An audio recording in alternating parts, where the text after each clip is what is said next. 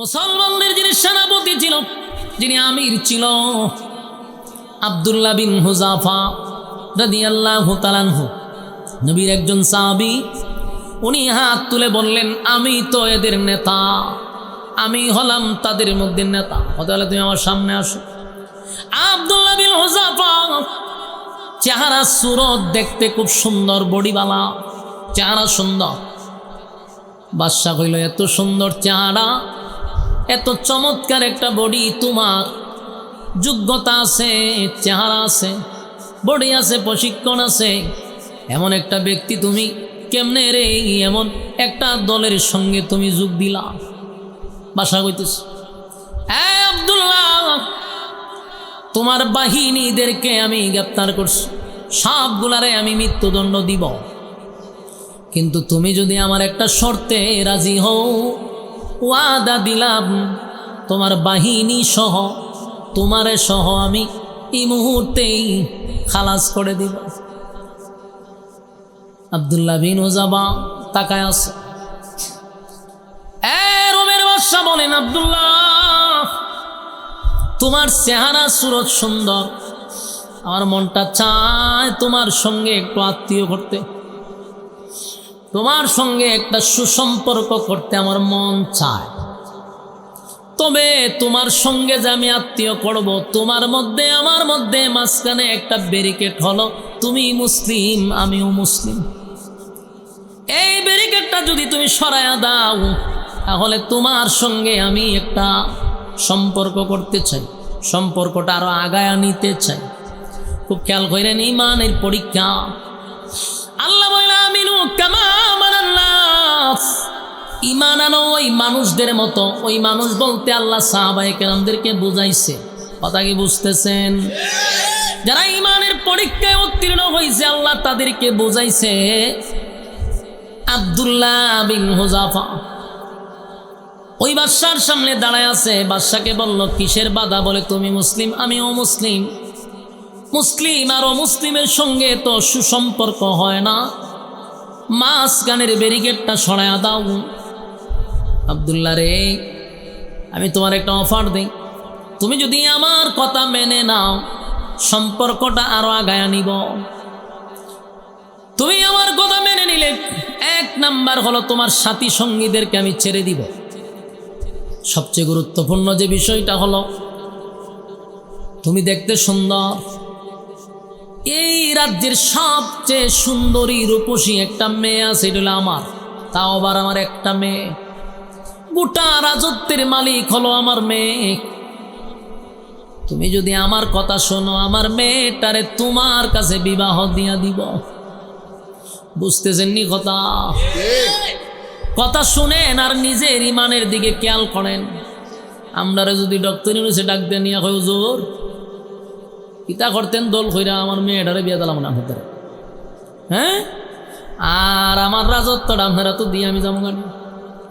হুজুরও বেশ কি মাইরা কইতো, জামানার এখন মাইনা লাই, পরে আবার কালেমা হইরালাম মনে কথা হয় না দি, ফতুয়া তো রেডি, হ্যাঁ, আগে ব্যবস্থা করে লই, পরে যাটা হইবার হইব না। কোরআন যারা মানে না, দেখবেন তাদের সঙ্গে মৌলবী আছে না নাই? সব জায়গায় মৌলবী আছে রে। কি বুঝলেন? কথা মিলেনি? মা এইভাবে মানত। আমরা যদি হইয়ারা দিই কোরআন মানে না, এখন না মানলে কি দিছে আমরা আসি না সাথে, মানা মনে তো এইটাও হইল যে হ মাইয়া বিয়া করে লাগবে, ইমান গেলে আবার ইমান আনুম নে। ইমানের দুর্বলতা আমাদের মধ্যে বহু গুণ। তাই আল্লাহ বলেন, আমিনু কামা আমানান নাস, ঈমান আনো ওই মানুষদের মতো। ওই মানুষ বলতে সাহাবায়ে কেরামদেরকে বোঝায়া গেছে। ঈমানের পরীক্ষায় তারা উত্তীর্ণ হয়েছে। ঈমানের পরীক্ষা দিয়া দুনিয়াতেই জান্নাতের সার্টিফিকেট পাইছে। দুনিয়ার থাকতেই আল্লাহ ঘোষণা দিছে, অমুকরে আমি জান্নাতের ঘোষণা দিলাম। নবী বলছেন, তুমি জান্নাতি, তুমি জান্নাতি, তুমি জান্নাতি। সুবহানাল্লাহ। দুনিয়ায় থাকতে জান্নাতের সুসংবাদ পায় রে, দুনিয়ায় থাকতে জান্নাতের সুসংবাদ পায়।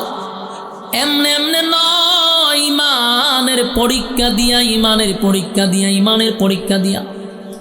আমরার মতো এমন দুর্বল ঈমান হইলে 5 টাকার চা খাওয়াইলে আমরা ঈমান বিক্রি করি। বাস্তব বুঝিন অবস্থা। রং চা খাওয়াইলি তুই কয় বুট কারে দিবি, কয় আপনারই দিব। রং চার মধ্যে যে পরিমাণ আদা দিছেন বুট তো আপনারই দম লাগে। গুরু মার্কায় খাওয়াইছে রং চা, বৈশ মার্কায় কয় দুধ চা দিব।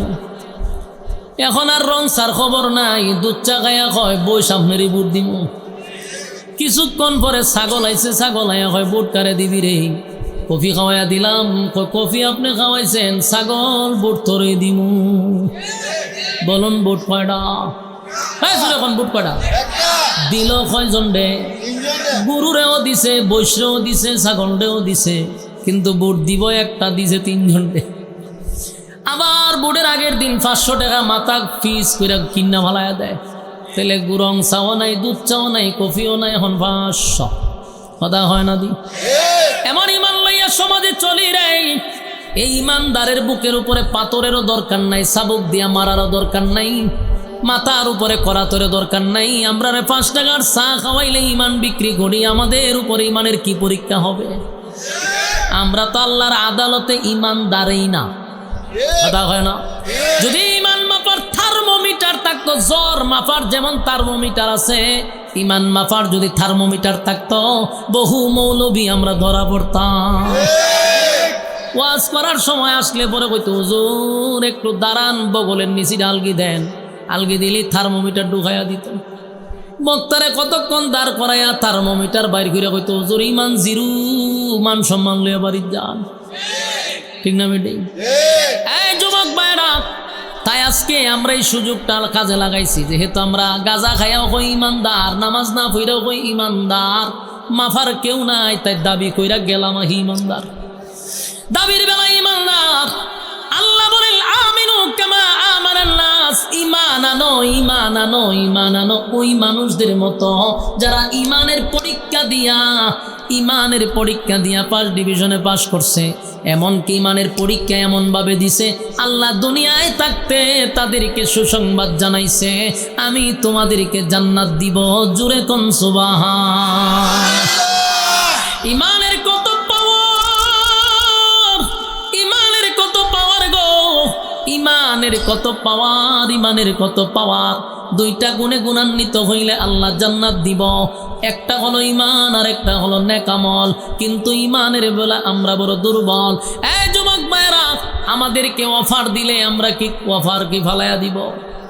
যদি হয় গুলশানে বাড়ি দিব, কথা হয় না দি? গুলশানে বাড়ি দিব এমন কথা শুনলে বহু মৌলবী আমরা দৌড় মারতে রাজি। পাবলিকের কথা ভরি হইলাম, গুলশানে বাড়ি দিলে পাগল হয়ে যায়। আর যদি কয় রাষ্ট্রপতির মেয়েরে তোর কাছে বিয়া দিব, সর্বনাশে কইব আমি কি জমিনও আছি না আসমানও আছি, আর কি উস আছে? আর রোমের বাদশাহ নবীর সাহাবীরে বলল, এক আব্দুল্লাহ, ওয়াদা দিলাম আমার একটা মাত্র কন্যা, সুন্দরের দিক দিয়া পুরা রাজ্যের মধ্যে আমার মেয়ের চেয়ে সুন্দর কেউ নাই, রূপে গুণে সর্বদিক দিয়া। এই মেয়েটারে তোমার কাছে বিবাহ দিব। শুধু তাই না, বিবাহের দিন হাজার হাজার মানুষের সামনে আমার রাজত্বের অর্ধেক তোমার নামে লিখে দিব। কিতা বুঝলেন? এই অফার কি আমরা মিস করব? চিন্তা করেন আমরা কত বড় মাফের ইমানদার। আল্লাহর নবীর সাহাবীর ঈমান পরীক্ষা করতেছে রোমের বাদশাহ। রোমের বাদশার টার্গেট হলো মুসলমানরা কেমনে রে গোটা বিশ্ব বিজয় করলো। যেখানে যায় সেখানে মুসলমান বিজয়, যেখানে যায় সেখানে বিজয়। মুসলমানদের অস্ত্র নাই, সৈন্য নাই, কিন্তু যেদিকে যায় তুফান ছুটায়, তুফান ছুটায়। সুবহানাল্লাহ। এক খালিদ বিন ওয়ালিদ যুদ্ধের ময়দানে 60,000-এর সঙ্গে উনি একা দৌড় মারে, সবুজটা দৌড় মারে। সুবহানাল্লাহ। অস্ত্র লইয়া 60,000 সোলজার বাহিনী খাড়া। খালিদ বিন ওয়ালিদ তরবারিটা লইয়া যখন আল্লাহু আকবার কইয়া দৌড় মারে, 60,000 ওনারে দিকে দৌড় মারে। সুবহানাল্লাহ। এটা ছিল ঈমানের পাওয়ার। এটা কিসের পাওয়ার? ঈমানের পাওয়ার, ঈমানের পাওয়ার, ঈমানের পাওয়ার। সেই রোমের বাদশাহ যখন এই অফার দিছে নবীর সাহাবী আব্দুল্লাহ বিন হুযাফা, আব্দুল্লাহ বিন হুযাফা বলেন, এই রোমের কুত্তা, কথা বুঝতেছেন আমার? আমরা যদি এমন অফার দেয় আর আমরা যদি মিস্টার আমাদের যে উপদেষ্টা ডক্টর ইউনূস সাহেব যদি এই গালিটা দিই, আপনি কি জমিনও থাকবেন? কথা কয় না দিই, আপনি যেখানো খারা ইগানে গাতা করবো, এখানে আপনার খবর দিয়ে উপরে দিয়া টাইলস লাগাই দিব। কথা কয় না দিই, উপরে তো টাইলসই দেবো না। কিন্তু ইমানের কি পাওয়ার! আব্দুল্লাহ ওই বাদশার সামনে দাঁড়ায় হয়, রুমের কুত্তা, তুই কি আমারে রাজত্বের বিনিময়ে, তোর বিনিময়ে ইমান বিক্রি করতে চাস? তোর এই রাজত্বের মধ্যে আমি থুতু দেই। এই দুনিয়া ক্ষণস্থায়ী, ক্ষণস্থায়ী দুনিয়া আমরা চাই না, আমরা চিরস্থায়ী পরকাল চাই। এই দুনিয়ার শেষ আছে রে, এই দুনিয়ার শুরু আছে, এই দুনিয়ার শেষ আছে। বলুন কেউ থাকতে পারবো? এই কথা কন্যা কেড়ে ঠেডা মেডা লইয়া যাওই বাইরন, বলুন তো দেখি থাকতে পারবেন? বাইরন তো খুব বেড়াগিরি দেখায়, কিন্তু এই বেড়াগিরি কি চিরস্থায়ী? চিরস্থায়ী নয়, থাকতে পারবো না, চলে যেতে হবে। তাই পরকালের প্রতি আমাদের বিশ্বাস বাড়াইতে হবে। এটার নামই ঈমান, এটার নামই। এই পৃথিবী থাকার জায়গা নয়। আর মাঝে মধ্যে ভয় লাগে।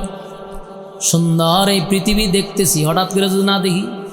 যে আপনার এখানে আসার আগে একজন বক্তা, এটার নাম হইল গিয়া ইসহাক আল হুসাইনি, একজন বক্তা, নাম শুনছেন না? সারা দেশ ওয়াজ করছে।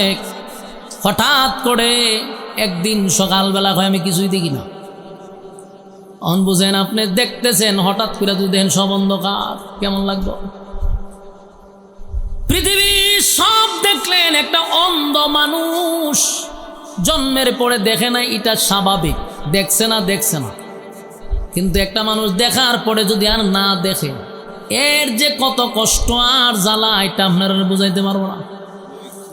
যেন মাঝে মধ্যে উনি যখন বলতেছে আমার ভয় লাগছে, আমার শরীরের রুম সব দাঁড়ায় গেছে, আমাদের বইয়া উনি গল্পগুলো করতেছে, আমার ভয় লেগেছে।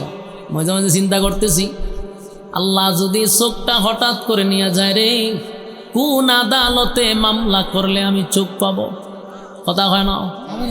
পৃথিবীর কোন আদালতে মামলা করলে আপনি চোখ পাবেন? যদি মালিক হঠাৎ করে সকালে ঘুমতে ওইটা দেন, আর কিছু দেখা যায় না। কার কাছে গিয়ে অভিযোগ করবেন? এমন এক ব্যক্তি নিছে, কারো কাছে অভিযোগ করার সুযোগ নাই। হঠাৎ করে যদি দুইটা কিডনি ড্যামেজ হয়ে যায়, কার কাছে অভিযোগ করবেন? কোন থানায় মামলা দিবেন?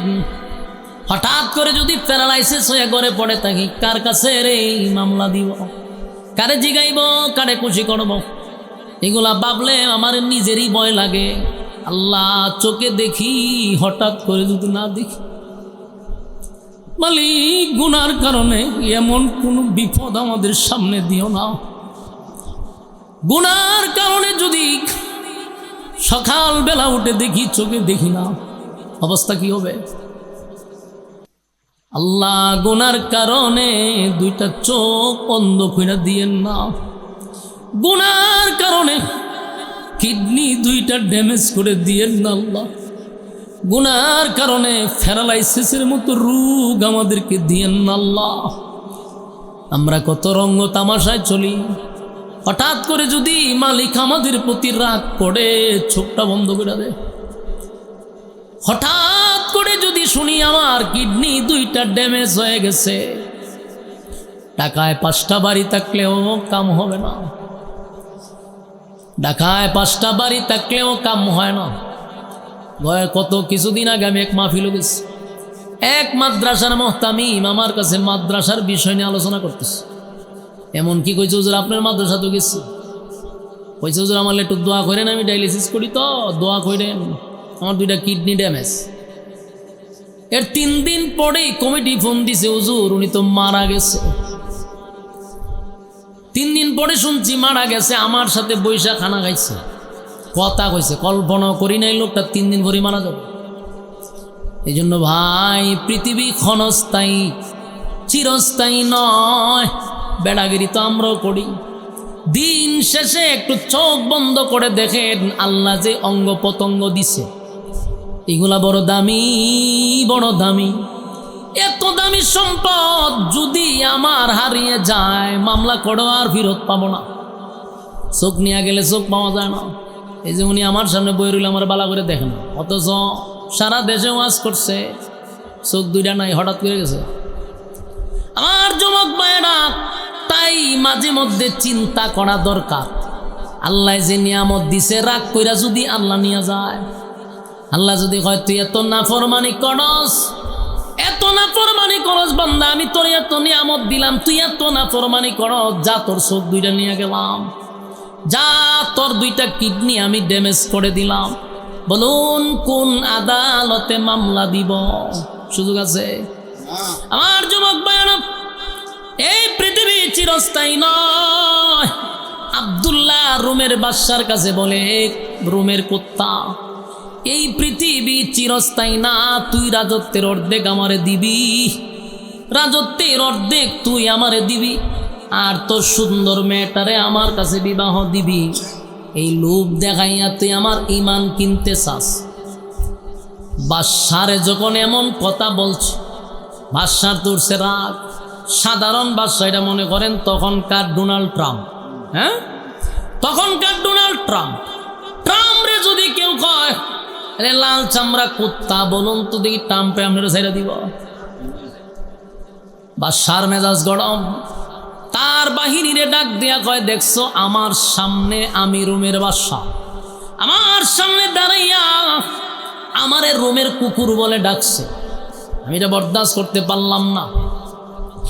এদের ইমানের কত পাওয়ার আমি এটা দীক্ষা দিব। এই বাদশাহ তার বাহিনীদেরকে বলল, সবগুলারে তোমরা লকাবে ঢুকাও।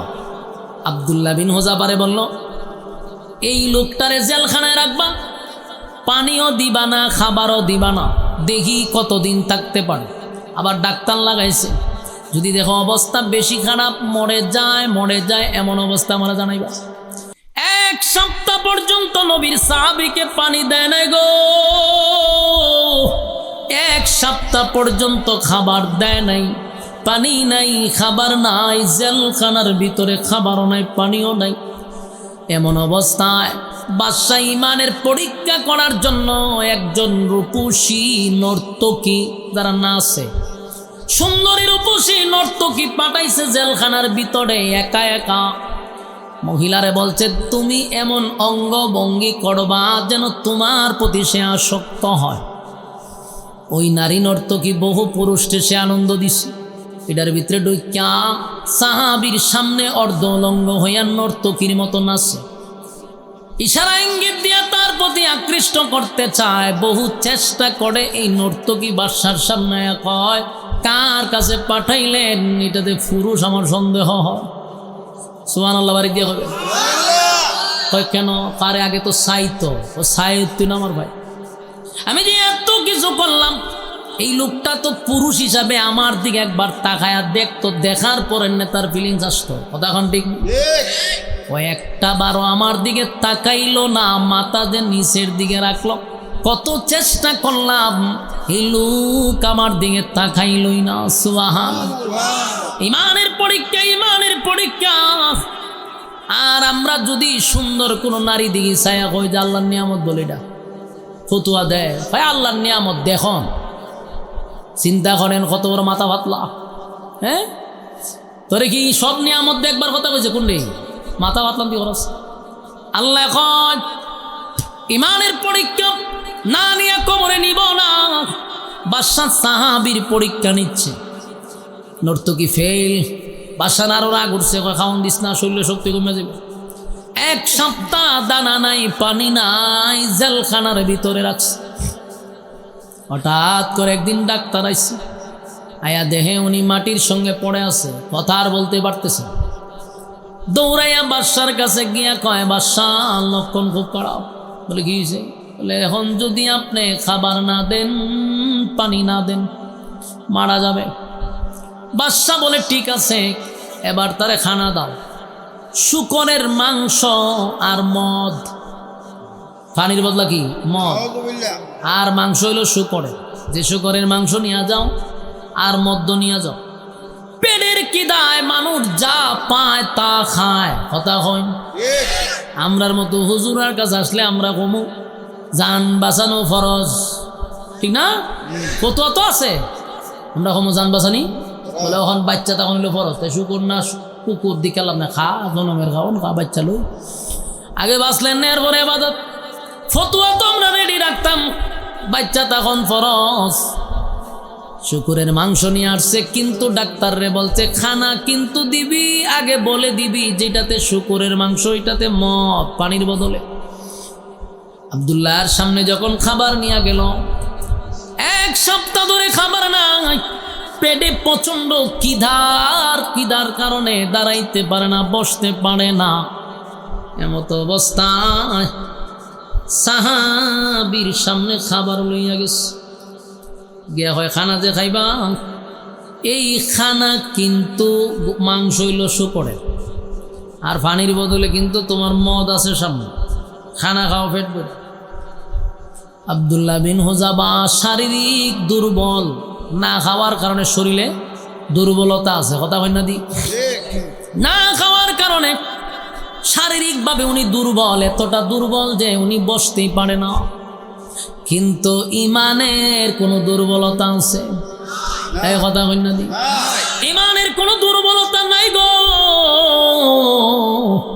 ইমানের কোনো দুর্বলতা তো নাই, যেই মাত্র বলছে এখানে শুকরের মাংস এখানে মদ, শরীরে কোনো শক্তি নাই, কিন্তু উনি ওই অবস্থায় বলল, এই লাল চামড়া কুত্তাগুলি শুন, মরে গেলেও কোনোদিন এই খাবারের দিকে আমি চোখ তুলেও তাকাবো না, এগুলা কি নিবি না লাতি মেরে ভালাই দেব?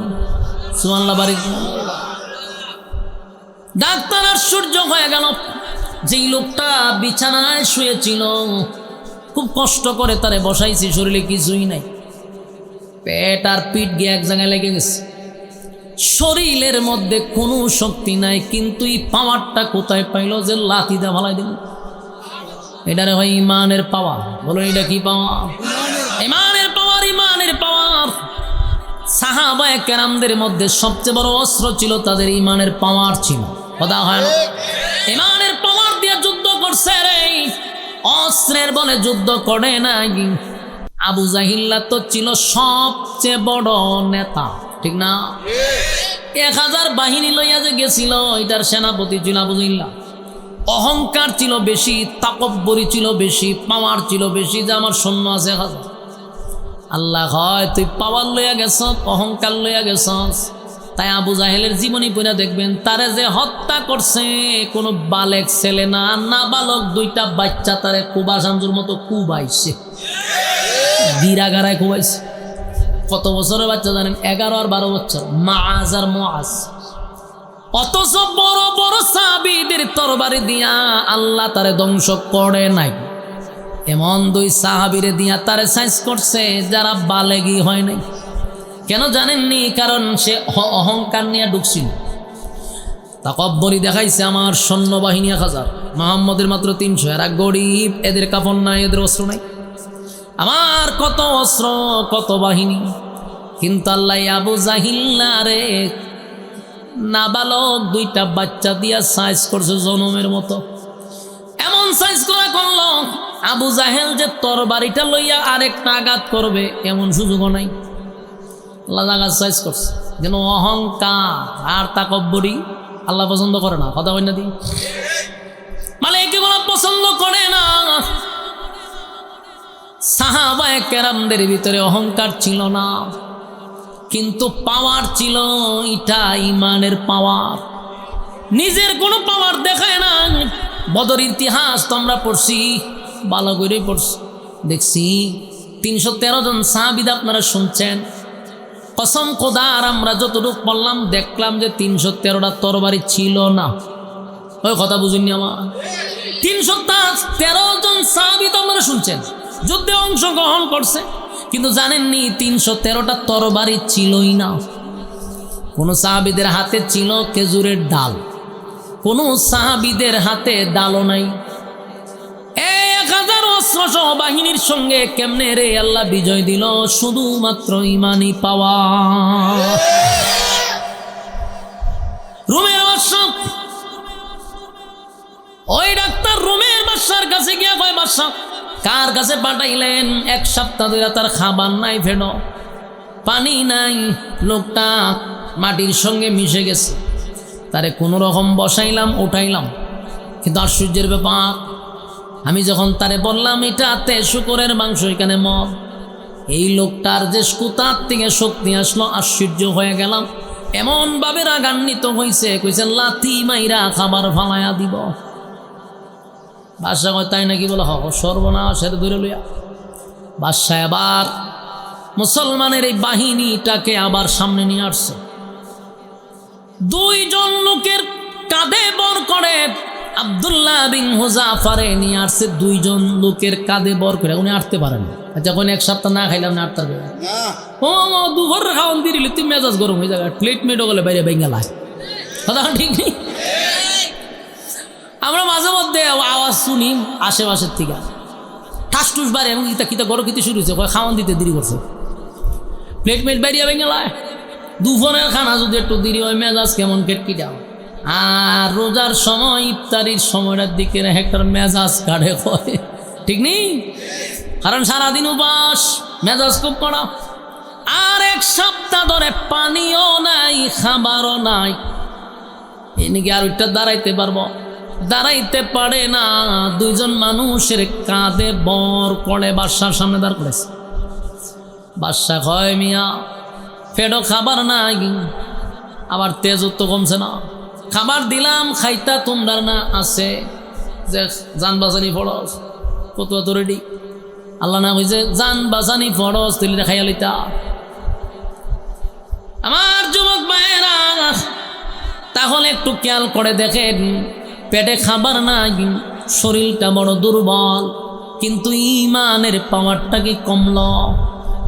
কথা কন্যা দি, ইমানের পাওয়ার কমে নাই, ইমানের বড় পাওয়ার, ইমানের পাওয়ার কমে নাই। বাদশা কয় মিয়া পেটে খাবার নাই, শরীরে শক্তি নাই, কিন্তু পাওয়ার তো তোমার কমছে না। পাওয়ার কমলো না কা? কি ব্যাপার, তুমি কি আমার প্রস্তাবে রাজি? ওই বাদশা আবার আনছো, আমি যে আগে প্রস্তাব দিছিলাম, প্রস্তাবে যদি রাজি হও এখনো সুযোগ আছে, এখনো সুযোগ আছে। আমার প্রস্তাবে রাজি হইলে তোমার সাথী সঙ্গী সবাইরে আমি ছেড়ে দিব, তোমারে আমি সুস্থ করে তুলব, রাজত্বের অর্ধেক দিব, আমার মেয়ের বিবাহ দিব। এখনো কি তুমি আমার প্রস্তাবে রাজি হইবা? বাদশা মনে করছে পেটে খাবার নাই, প্রচন্ড টর্চারিং শুরু হয়েছে।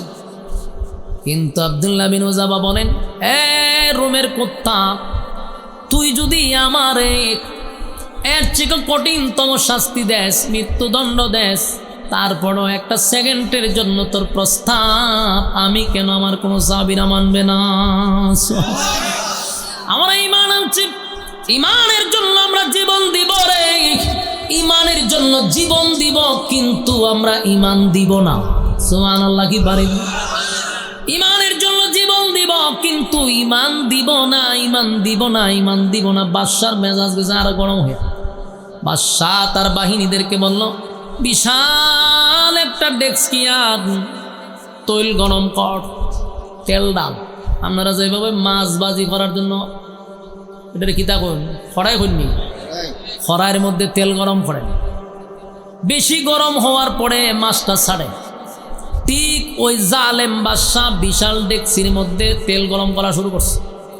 এত গরম করছে যে একটা মানুষ ছেড়ে দিলে 1 মিনিটেই বাজি হয়ে যাবে। বাদশার সামনে তেল গরম। বাদশা বল, আব্দুল্লাহ এখনো তোমারে আমি সুযোগ দিলাম রে, চিন্তা করো তোমার এতগুলা সাথী সবগুলার আমি মেরে ফেলবো, সবগুলার আমি হত্যা করব তেলে ফালাইয়া। এখনো কি তুমি আমার প্রস্তাবে রাজি? ওই আব্দুল্লাহ তুতু নিক্ষেপ করছে, তোর এমন প্রস্তাব আমি তুতু মারি। কিতা বুঝলেন? ঈমানের পাওয়ার, ঈমানের পাওয়ার মূল কথা হলো তারা তো দুনিয়া দুনিয়া ক্ষণস্থায়ী চায় না, এরা চায় যেইটা আর শুরু আছে শেষ নাই, সেই পরকালের রাজত্ব চাই। আল্লাহ বলেন, আমিনু কামা আমানান নাস, ওই মানুষদের মতো ঈমান আনো তারা সাহাবায়ে কেরাম ঈমান আনছে, ঈমানের পরীক্ষা দিছে। এবার বাদশার আরো রাগ উঠে গেল। তার সাথী সঙ্গীদের মধ্যে কয়েকজন সাহাবীকে দুইজন সাহাবীকে জোর করে হাতে আর পায়ে বেঁধে ওই বিশাল ডেকসির মধ্যে গরম তেলের মধ্যে ছাইড়া দিছে। যুবক ভাইরা রে, ইমানের পরীক্ষা কারে কয়? গরম তেলের মধ্যে যখন একটা জীবন্ত মানুষকে ছেড়ে দেয়, বলুন তার অবস্থাটা কেমন হবে? আমরার ইমান থাকবো নি? মালিক তুমি বালা কইরা জানো। আমাদের যে ইমান দুর্বল, আমাদের ইমান যে কত দুর্বল নেই, এমন পরিস্থিতি যেন মালিক আমাদের সামনে না দেয়। আল্লাহ এমন পরিস্থিতি যদি সামনে আসে, উপায় নাই, আমাদের ইমান তো বড় দুর্বল, আমরা ইমান হারা হয়ে যাব। যুবক ভাইরা, আব্দুল্লাহ তাকায়া দেখে রে তার সাথী গুলারে দইরা দইরা তেলের মধ্যে ছাড়তেছে। জীবন্ত মানুষগুলাকে তেলের মধ্যে ছেড়ে বাজি বানায়া দিল। এমন দৃশ্য দেখা আব্দুল্লাহ তাকায় আছে। ওর পরে এবার বাদশা হয়, আব্দুল্লাহ রে দেখছ নি আমার শাস্তি কত ভয়ঙ্কর, আমার জুলুম কত ভয়ঙ্কর, কি করবি, সিদ্ধান্ত কি নিলি? আব্দুল্লাহ মুস্কি হাসি দিয়া কয়, হে বাদশা তোর মনে কি? এই দেখে আমি ছেড়ে দিব। আমি ঈমান আনছি আমার মালিকের উপরে, তার মতো কুকুরের কথা শুই না, আমার এত দামি ঈমান বিক্রি করব না। বাদশার রাগ উঠছে তো বেশি, বাদশা তো চিত্তে গেছে, না তুলে হেরে ধর। এতক্ষণ তার সাথীদেরকে আগুনে বলাইছে, এখন কয় হেরে ধর। আমার সামনে দাঁড়াইয়া বারবার আমারে টের দেয়, আমারে হুমকি দেয়, তারে ধর। আব্দুল্লাহ রে হাতে বাঁধছে, পায়ে বাঁধছে, বাইন্দা তেলের সামনে লইয়া গেছে। তেলের সামনে তেল টকবক করতেছে। বাদশা বলে, এই লোকটাকে তোমরা তেলে ছেড়ে দাও, তার ঈমান কত বড় আমি দেখতে ছাড়ব। যখন তারে তেলের সামনে নিছে রে, আব্দুল্লাহর চোখ দিয়া পানি পড়ে, চোখ দিয়া পানি পড়ে। বাদশা তাকায়া দেখে আব্দুল্লাহর চোখ দিয়া পানি পড়ে। বাদশা কয়, সাবধান, তোমরা তারে তেলে ছাইরো না, আমার কথা আছে। বাদশা দৌড়ায় গিয়া হয়, আব্দুল্লাহ এখন কেন কান্দস? আমি না তোরে অফার দিছিলাম, আমার অফার তুই মানলি না, কাপুরুষের মতো মৃত্যুর ভয়ে কেন কান্দস? বাদশা আব্দুল্লাহরে কয়, মৃত্যুর ভয়ে কান্নার কি দরকার? এখনো সময় আছে, আমার প্রস্তাবে রাজি হয়ে যাও। আব্দুল্লাহ বাদশার দিকে তাকায় কয়, জালেম, এই রুমের কুত্তা, তুই কি মনে করছ তোর তেলের ভয়ে আমি কান্দি? তুই কি মনে করছ মরণের ভয়ে আমি কান্দি? না রে, আমি মরণের ভয়ে কান্দি না। মুসলমান ইমানদার মরণের জন্য ইমানদাররা প্রস্তুত থাকে, মৃত্যুর ভয় ইমানদাররা করে না। আমরা সব সময় প্রস্তুত থাকি, কোন সময় মালাকুল মউত আমাদের সামনে চলে আসে। তাই মৃত্যুর ভয় ইমানদাররা করে না। তুই কি মনে করছ আমি মৃত্যুর ভয়ে কান্দি? না না, আমি মৃত্যুর ভয়ে কান্দি না। আমি কান্দি আমার বয়সটা কম, আমার এই অল্প বয়স আমার মালিকের জন্য আমি কি করলাম, আমি আমার মালিকের জন্য কি করলাম, ইসলামের জন্য আমি কি করলাম, দিনের জন্য আমি কি করতে পারলাম। আমি তেলের সামনে দাঁড়ায় ভাবতেছিলাম, আল্লাহ আমারে যদি তেলে ফালাইয়া দিত, আমি মৃত্যুবরণ করতাম, আবার আপনি আমারে জীবিত করতেন, আবার তেলে পড়তাম, আবার জীবিত করতেন, আবার আপনার জন্য জীবন দিতাম।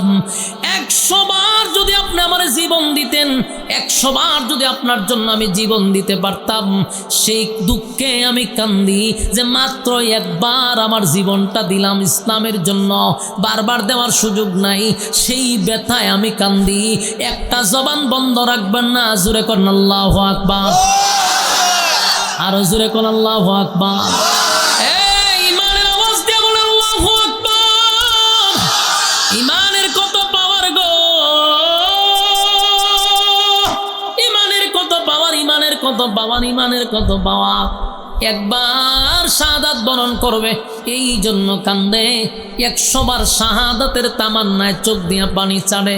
আল্লাহ আপনি 100 বার জীবন দেন, 100 বার আপনার জন্য আমি জীবন দিয়া দেই, এই কারণে কান্দেই। বাদশা চিন্তা করলো, সর্বনাশ, আমি যদি তার এখন তেলে ফালাইয়া হত্যা করি, সে জিতে যাবে, আমি বাদশাই তো হেরে যাব। বাদশা হয় তারে আর তেল ভালো লাগবো না, নিয়ে আমার কাছে। বাদশা আমার ডাক দেয়া কয়, আব্দুল্লাহ রে,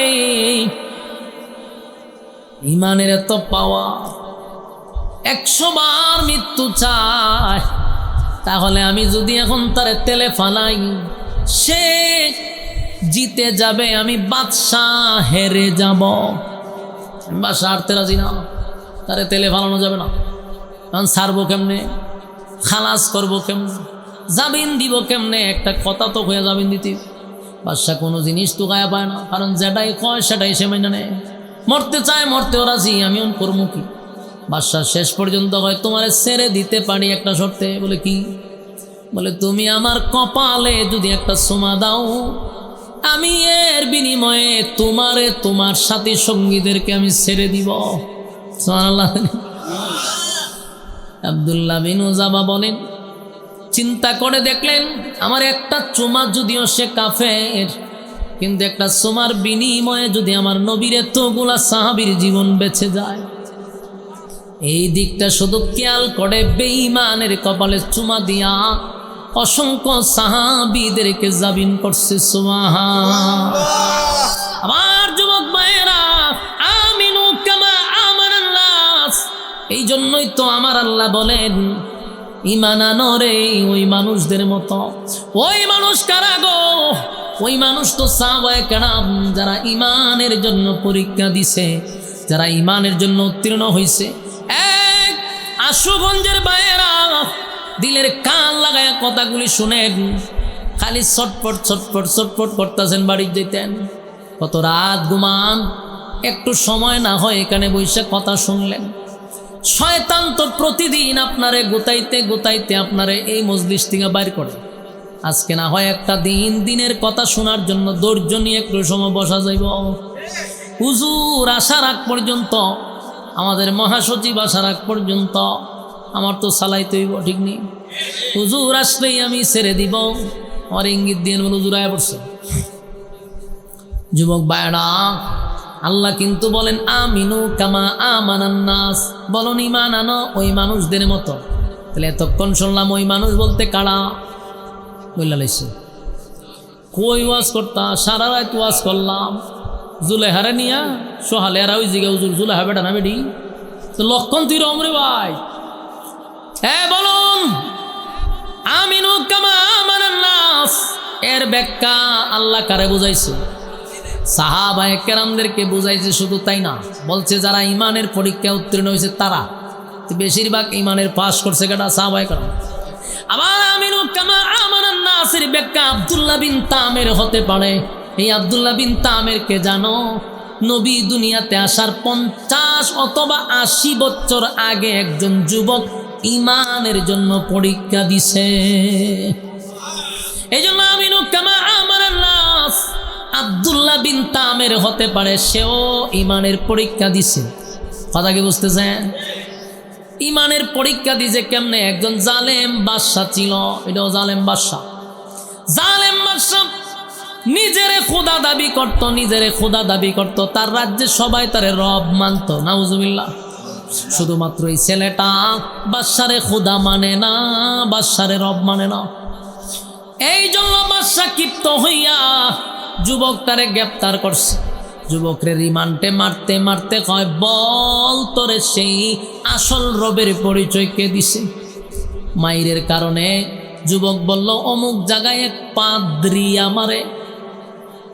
আমার একত্ববাদী খোদার সন্ধান দিছে। পাদ্রীরও গ্রেপ্তার করছে। বল আর কারে কালেমা পড়াইলি? আপনার রাজ সবার মন্ত্রীও আমরা লাইনের।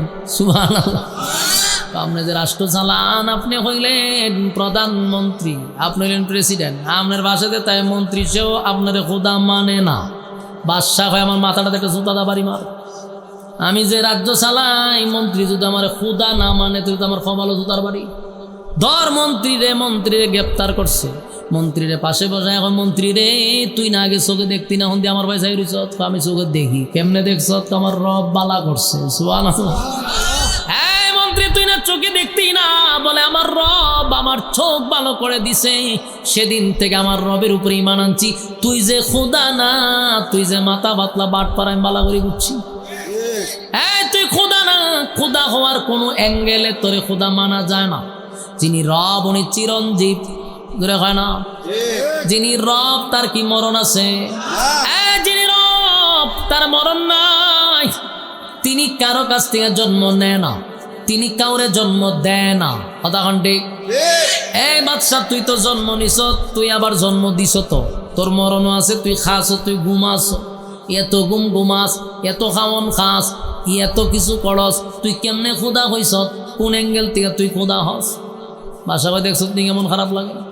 আমার বেতন নিয়ে চলস, আমার রাজ্যে থাকস, আমারই খোদা মানুষ না? বলে না, তোরে কোনো অ্যাঙ্গেলেই খোদা মানা যায় না। যিনি রব তিনি বলছেন উনি জন্ম দেয় না, জন্ম নেয় না। সুবহানাল্লাহ। লাম ইয়ালিদ ওয়া লাম ইউলাদ, আমি আল্লাহ কাউরে জন্ম দেই না, কারো কাছ থেকে জন্ম নেই না। কথা হয় না? এই আল্লাহ কি কারো কাছ থেকে জন্ম নেয়? আল্লাহ কি কাউরে জন্ম দেয়? কথা কইনা দি সব জায়গায় চুপ থাকে না, ইমান যাইব। বলেন আল্লাহ জন্ম নেয়, জন্ম দেয়। বলেন ইয়াকুল লাহু কুফুয়ান আহাদ, আল্লাহ বলেন আমার সমকক্ষ সমতুল্য কেউ নাই, কেউ নাই, কেউ নাই। সুবহানাল্লাহ। আল্লাহ বলেন লা তাখুযুহু সিনাতুন ওয়া লা নাওম, আল্লাহ বলেন আমার ঘুম নাই, আমার তন্দ্রাও নাই। সুবহানাল্লাহ। যিনি আমার ঘুমও নাই, আমার তন্দ্রাও নাই। কথা কইন না? না আমার জানাইতিব না, আইলে তো মানুষ এই লড়াচড়া করিন না। লড়াচড়া করলে কে আর ওয়াজ করতে মন চায়? হুজুর যদি না আসে আমারও তো জানাইতে, বলে হুজুরে লাগাই দিছি চলতে, তাও কেমনটা তো না। না আসলো আমারও জানাম। হ্যাঁ বস, আসছে হুজুর, আসছে। হ্যাঁ হুজুর আইছে, বল লরে কা বল, বল হুজুর আইছে। কথাগুলি দিলের কান লাগায় শোনেন। আমাদের হেফাজতের মহাসচিব হাজার আলেমদের উস্তাদ চলে আসছে। হুজুর আসতে দেরি, আমার ছাড়তে দেরি নাই। বসুন, কথাগুলি শেষ করতে দেন, মনোযোগ দিয়ে শুনেন। বলুন আল্লাহর ঘুম আছে? আল্লাহর ঘুম নাই, মালিকের তন্দ্রা নাই। ওই বাদশাহ মন্ত্রী বলে তোর ঘুম আছে, তোর খাওয়ান আছে, তুই জন্ম দেশ, জন্ম নেস, সুতরাং তোরে খোদা মানা যাবে না। বাদশাহ, জালেম বাদশাহ এমন ভাবে নির্যাতন করছে, করাত দিয়া মন্ত্রীর 2 ভাগ করে লইছে। নাউজুবিল্লাহ। কিন্তু মন্ত্রী ইমান দেয় না, ফাদ্রিরেও করাত দিয়া 2 ভাগ করছে, ইমান দেয় নাই রে। এবার আব্দুল্লাহ বিন তামের রে মারার জন্য এই পাদ্রী কেন কালেমা পড়াইল, তাই আব্দুল্লাহ বিন তামের রে মারতে চায়। আল্লাহ হয় জালেম গুলা এত জালেম ছিল, এই জন্য আল্লাহ 4টা কসম করছে। ওয়াসসামা ইযাতিল বুরুজ ওয়াল ইয়াউমিল মাওউদ ওয়া শাহিদিন ওয়া মাশহুদ কুতিলা আসহাবুল উখদুদ। আল্লাহ বলেন 4 কসম করে বলছি, পৃথিবীর সব জালেমদের উপরে আমি আল্লাহর অভিশাপ। বলুন কার উপরে অভিশাপ? পৃথিবীর সব জালেমদের প্রতি আমি আল্লাহর অভিশাপ, অভিশাপ, অভিশাপ। যারা জালেম তাদের উপরে মালিকের অভিশাপ। ওই জালেম শাসকের উপর আল্লাহর অভিশাপ। আব্দুল্লাহ বিন তামের রে হত্যা করার জন্য বাদশাহ বহু রকম চেষ্টা করলো, পাহাড়ের উঁচুটিলায় দাঁড় করাইলো, সেখান থেকে ধাক্কা মারার জন্য। কিন্তু যেই বাহিনীদেরকে পাঠাইছে পাহাড়ে, আল্লাহ পাহাড়ের মধ্যে কম্পন সৃষ্টি করে সব বাহিনীকে ধ্বংস করছে। যুবকরে আল্লাহ অক্ষত রাখছে। বাদশার বাহিনী গেছে, যুবকরে মারত। বলুন যুবক কি মরছে না বাহিনী মরছে? সব বাহিনীকে আল্লাহ আযাব দিয়া ধ্বংস করে দিল, কিন্তু যুবকরে আল্লাহ হেফাজত করল রে। কিছুক্ষণ পরে বাদশা চিন্তা করলো, পাহাড়েও মারতে পারলাম না, এই যুবকরে নদীর মাঝখানে, সাগরের মাঝখানে বস্তায় পড়ে মাঝখানে ফালাই দিলে মাছে খাই লিব। বাহিনী দিয়া সাগরের মাঝখানে যুবকরে নিয়ে গেছে মারার জন্য, কিন্তু আল্লাহর কাছে যুবক দোয়া করছে, সাগরের মাঝখানে এমন ভূমিকম্প, এমন ভূমিকম্প, এমন ভূমিকম্প শুরু হইল, সমস্ত বাহিনী সাগরের মাঝখানে মারা গেল, কিন্তু যুবক মরে নাই। বাদশার সামনে দাঁড়ায়া যুবক কয়, বাদশা রে, পাহাড়ের বাহিনী শেষ, সাগরের বাহিনী শেষ, এখন বল আমারে কেমনে মারবি? সুবহান। বাদশা পাগল পাগল পাগল হয়ে গেল, এত পাগল হইল, আমার সব বাহিনীর খাম শেষ, পাহাড়ে পাঠাই, পাহাড়ের বাহিনী শেষ, আমি পাঠাই সাগরে, সাগরের বাহিনীও শেষ, যেখানেই পাঠাই রে সেখানেই বাহিনী মরে, কিন্তু যুবক তো মরে না। আপনার আর কি আমার ওয়াজে মন আছে? লক্ষণ খুব খারাপ। হ্যাঁ, হুজুর আইবার আগে আপনারা যে লড়াচড়া শুরু করছেন, এটা কিন্তু খুব খারাপ জিনিস। আমি কি ওয়াজ ছাইরা দিছি না ওয়াজ চলতেছে? তা আপনারা দি ওয়াজ ছাইরা দিছি এমন একটা বাপ বুঝাইছেন আমাদের। হ্যাঁ, আপনারা ওয়াদা করছিলেন না, ও আপনারা লক্ষণ খুব খারাপ। হ্যাঁ, বসেন, হুজুরে আমরা দাওয়াত দিয়া ভাই না, আর বাড়ির কাছে পাইছেন তো, এই কারণে আপনাদের আচরণ এরকম। বল, কথা কই না, বই ওয়াজ কি শেষ হয়েছে? চলতো নি, লক্ষণ দিয়ে হয় না। কথাগুলি মনোযোগ দিয়ে শুনেন। আপনাদের কি মনে হয় এতক্ষণ গিচ্ছা চলছে? কসম খোদার একটা কথাও আমি মন থেকে বলি নাই, মন গড়া বলি নাই। প্রতিটা কথা কোরআন থেকে আপনাদেরকে বোঝাচ্ছি, এর বড় মনোযোগ নাই। এটা আগে হইলেন না কেন?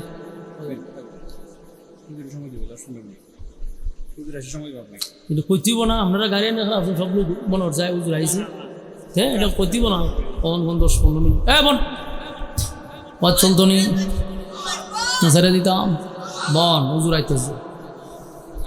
والسماء ذات البروج واليوم الموعود وشاهد ومشهود। চারটা কসম। والسماء ذات البروج, অসংখ্য তারকা বিশিষ্ট আকাশের কসম। ওয়াল-ইয়াউমিল মাউউদ, পরকালের কসম, যেখানে বিচার হবে। ওয়াশাহিদিন ওয়া মাশহুদ, ইয়াউমুল জুমআ, ইয়াউমুল আরাফা। দুইটা কসম, শেষ আয়াতে 2 কসম, এর আগে 2 কসম, মূল 4টা কসম। 4 কসম করে আল্লাহ বলেন, কুতিলা আসহাবুল উখদুদ। আল্লাহ বলেন আকাশের কসম, নক্ষত্রের কসম, কিয়ামত দিবসের কসম। আল্লাহ বলেন ইয়াউমুল জুমআ, যেই দিনটা ঘুরে ঘুরে তোমাদের সামনে আসে সেই দিনের কসম। ওয়া শাহিদিন ওয়া মাশহুদ, এবং আল্লাহ বলেন যে আরাফার দিনের কসম। 4 কসম করে বলেন কুতিলা আসহাবুল উখদুদ। আলহামদুলিল্লাহ কোন, আর জোরে কোন আলহামদুলিল্লাহ। আপনাদের কাঙ্ক্ষিত মেহমান, আজকের মাহফিলের মধ্যমণি, হাজার হাজার আলেমদের উস্তাদ, আমাদের ব্রাহ্মণবাড়িয়ার কৃতি সন্তান, হেফাজতের সম্মানিত মহাসচিব আমাদের মধ্যে চলে আসছে ইনশাআল্লাহ।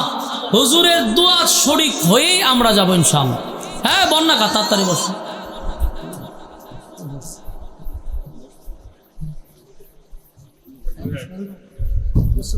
সমস্যা না, কাছে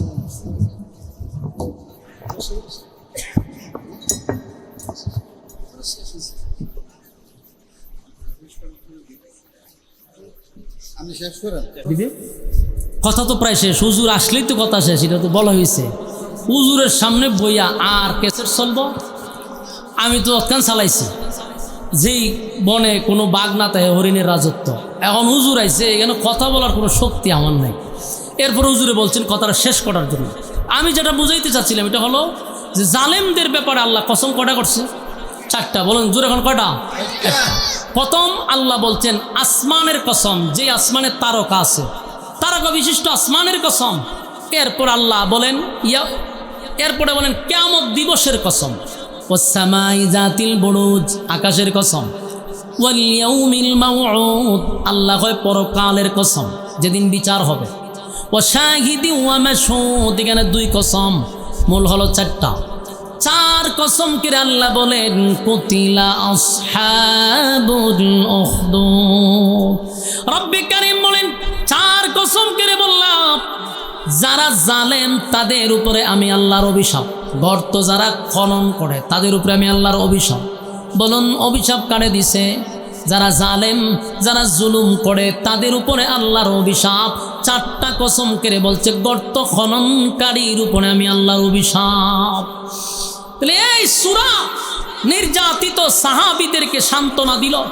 যেই ঘটনা ঘটছে নবী আসার বহু আগে, সেই ঘটনা সাহাবীদেরকে শুনাইয়া, নির্যাতিত মুসলমানদেরকে শুনাইয়া সান্ত্বনা দিছে। ইমানি জজবা আরো বেড়ে গেছে, ঠিক কিনা? আজকের আলোচ্য বিষয় আমরা আলোচনা করছি ইমান নিয়ে। সুতরাং ইমান যখন আমরা নিজেরা ইমানদার দাবি করব, তাহলে বুঝে নিতে হবে আমাদের উপরে পরীক্ষা আসবে। কথা এখন ঠিক নেই? পরীক্ষা আসবে। পরীক্ষায় যারা উত্তীর্ণ হবে, আল্লাহ বলেন কানাত লাহুম জান্নাতুল ফিরদাউসি নুজুলা। আমি ইন্নাল্লাযীনা আমানু ওয়া আমিলুস সালিহাত, আল্লাহ বলেন যারা ঈমান আনছেন, নেক আমল করছে, কানাত লাহুম জান্নাতুল ফিরদাউসি নুজুলা, আল্লাহ বলেন আমি জান্নাতুল ফিরদাউসের মেহমান বানাবো। বলুন কয় গুণে গুণান্বিত হইলে? 2 গুণে।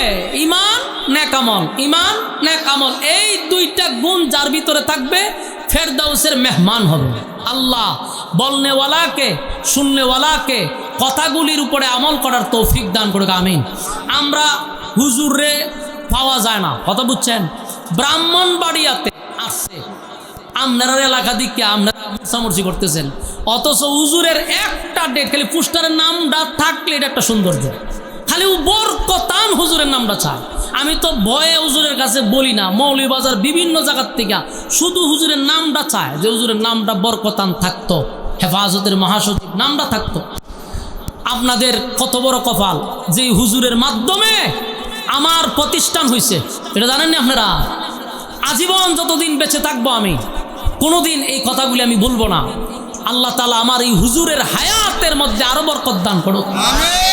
আজকের এই জামিয়া মদিনাতুল উলুম আশরাফিয়া মাদ্রাসা 100% জায়গার উপরে দাঁড়িয়ে আছে। আমি মনে করি আল্লাহ তাআলা তো চাইছেন, হুজুর ছিলেন উসিলা, হুজুরে যা করছে তা কল্পনা করতে পারবেন না। আজকে 3টা ভবন হয়েছে, বিশাল জায়গা নিছি। এই হুজুরের যতটুক যুদ্ধর মাধ্যমে আল্লাহ তাআলা হুজুরের মাধ্যমে আজকে মাদ্রাসাটা কেন হয়েছে, কথা বুঝতেছেন? অনেক করছে। ব্রাহ্মণবাড়িয়ার মানুষ কিন্তু আমার হবিগঞ্জে গিয়া এখানে মাদ্রাসা করে আসছে। আমার মাদ্রাসার মূল যার পরামর্শে আমি মাদ্রাসা করছি এবং যার পরামর্শে চলতেছি, হুজুরের পরামর্শে। হুজুরের সামনে রেখে একটা কথা বলি, এ যাবৎ আমার মাদ্রাসা বিভাগীয়ভাবে যত জায়গায় প্রতিযোগিতা দিছে, প্রত্যেক জায়গায় আমার মাদ্রাসার 1ম স্থান, 2য় স্থান, 3য় স্থান, আলহামদুলিল্লাহ বলেন। কুমিল্লায় পাঠাইছি 250 ছাত্রের মধ্যে আমার ছাত্র 1 নাম্বার। আজকে এক জায়গায় প্রতিযোগিতার থেকে আসছে, এখানে 300 ছাত্রের মধ্যে আমার ছাত্র 1ম স্থান, এবং আমার ছাত্র গেছে 10 জন, 6 জনই আমার মাদ্রাসার পুরস্কার নিয়ে আসছে। আপনারা অন্তত আলহামদুলিল্লাহ রাখুন। এটা একমাত্র হুজুরের অবদান।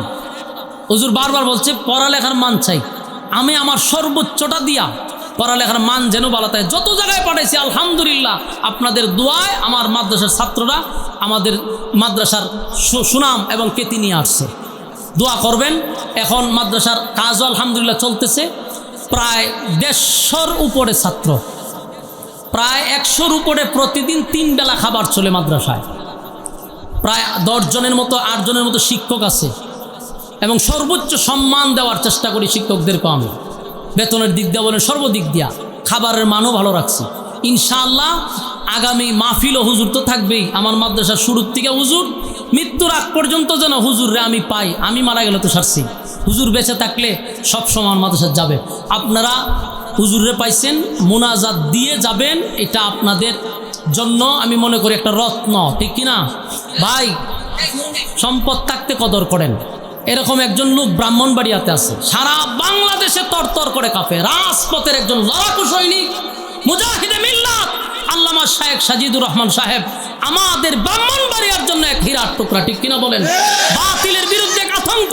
আমার মাদ্রাসায় যখন মাহফিলে বাধা দেয়, আমি যখন বলছি জানাস আমার বিশেকে হেফাজতের মহাসচিব আল্লাহ মাহমুদ এই শেখ সাজিদুর রহমান সাহেব, এরপরে গে ফিসাইছে। কথা বুঝছেন? তো হুজুরের জন্য আমি দোয়া করি, আপনারা বসেন, আমি সহ হুজুরের মুনাজাতে শরীক হয়ে যাব। আল্লাহ আমাদেরকে সবাইকে বোঝার মানার তৌফিক দান করুক, আমিন।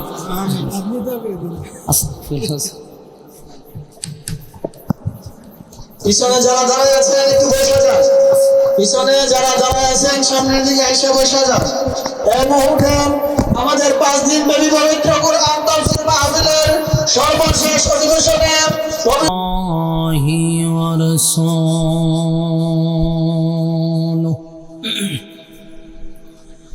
أرسله بالحق بشيرا ونذيرا وداعيا إلى الله بإذنه